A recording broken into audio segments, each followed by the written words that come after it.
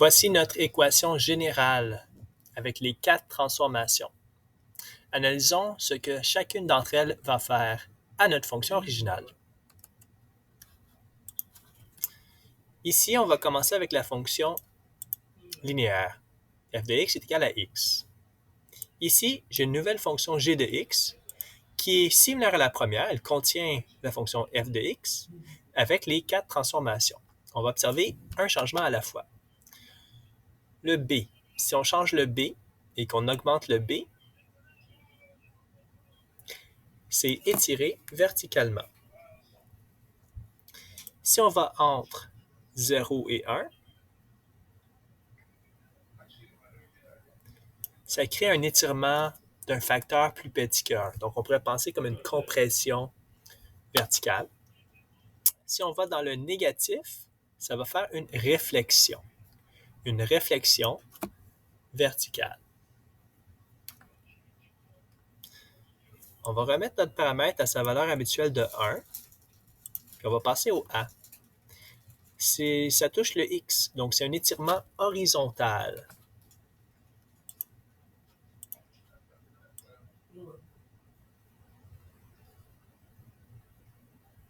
C'est étrange.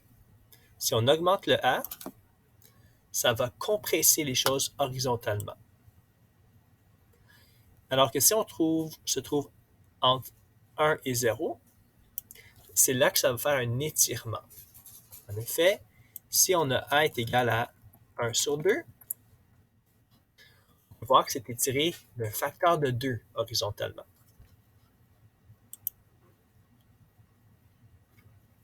Je remets ça à sa valeur originale. On va trouver maintenant avec le H. Qu'est-ce qui se passe? Si H est un grand nombre positif, la fonction est déplacée vers la gauche. Elle se déplace vers la gauche comme ça.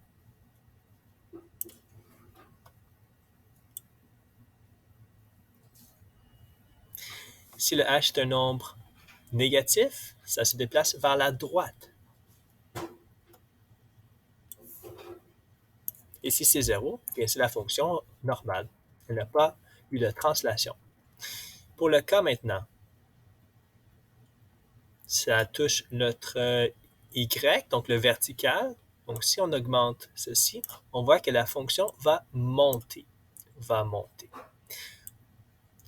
Si on va dans les nombres négatifs, on voit que la fonction va baisser vers le bas. OK. On peut faire ceci pour toutes les autres fonctions qui existent. Donc, on pourrait le faire pour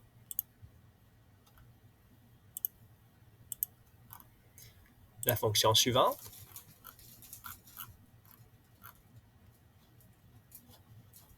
La fonction quadratique, un instant, juste ici.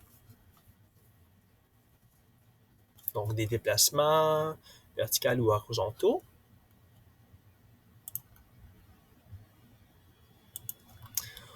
On peut aussi avoir des étirements.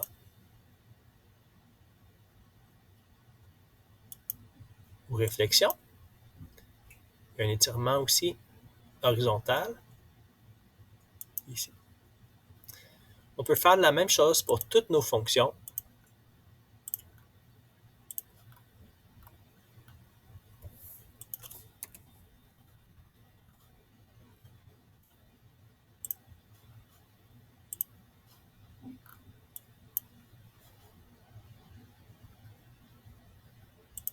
Et ainsi que la dernière.